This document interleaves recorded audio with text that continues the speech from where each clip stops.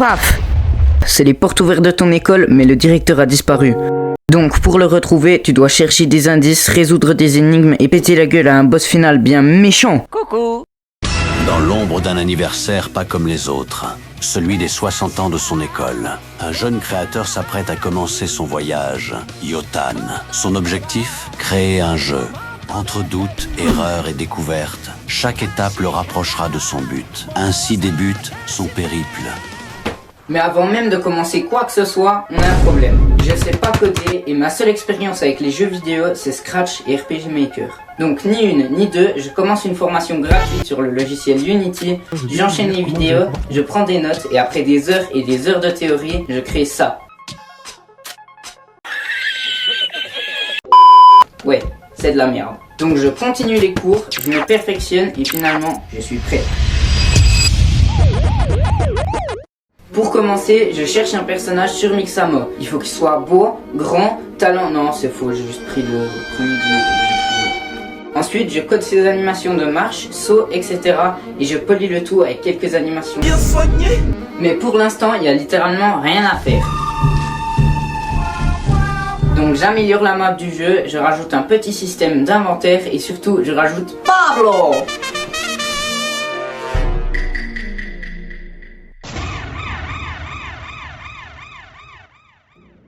Ok, Pablo c'est le premier PNJ de notre jeu et écoutez-moi cette voix mélodieuse. Yotan, écoutez-moi mes amigos, il y a un très gros problème. Un élève, comment dire, mieux machiavélique. Si, s'est infiltré dans l'école. Et moi je pense, non, je suis sûr qu'il a kidnappé le grand directeur. Si vous avez suivi, on voulait faire une enquête pour retrouver le directeur, avec des indices et des énigmes. Sauf que là, il n'y a ni l'un ni l'autre. Donc je rajoute vite fait un panel qui montre les objectifs aux joueurs. Et pour les énigmes, je commence par le commencement avec El Grande Clé de la Fuente de la Fuenta. Non, faut que j'arrête avec les noms espagnols. Je suis même pas espagnolé en plus. Ensuite, je rajoute la deuxième épreuve où on doit jouer du piano. Mais c'est pas grave, puisque si on réussit, on va recevoir une deuxième clé pour entrer dans le bureau du directeur. Là, on pourra terminer la dernière énigme en résolvant un calcul, mais à partir de là, ça va partir en cacahuète. Bah ouais, le directeur est porté disparu, mais ce que je vous ai pas dit, c'est que même moi je sais pas où il est.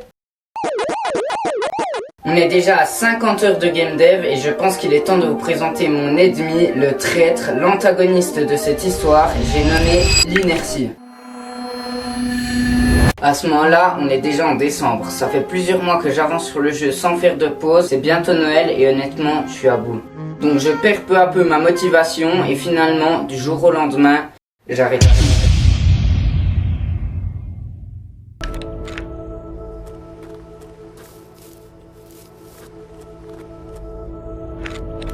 Ça m'a mis une claque.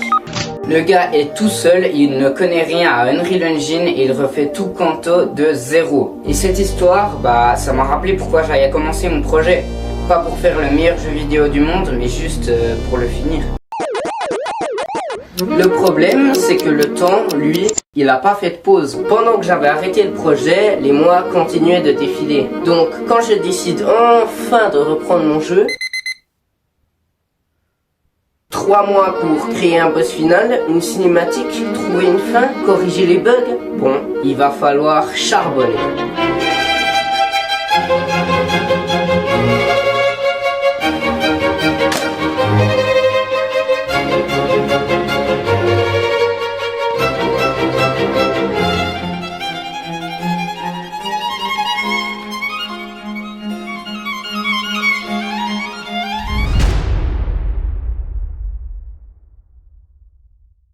Et finalement, après 1 an de travail, laissez-moi vous présenter Disparition à l'ESHS.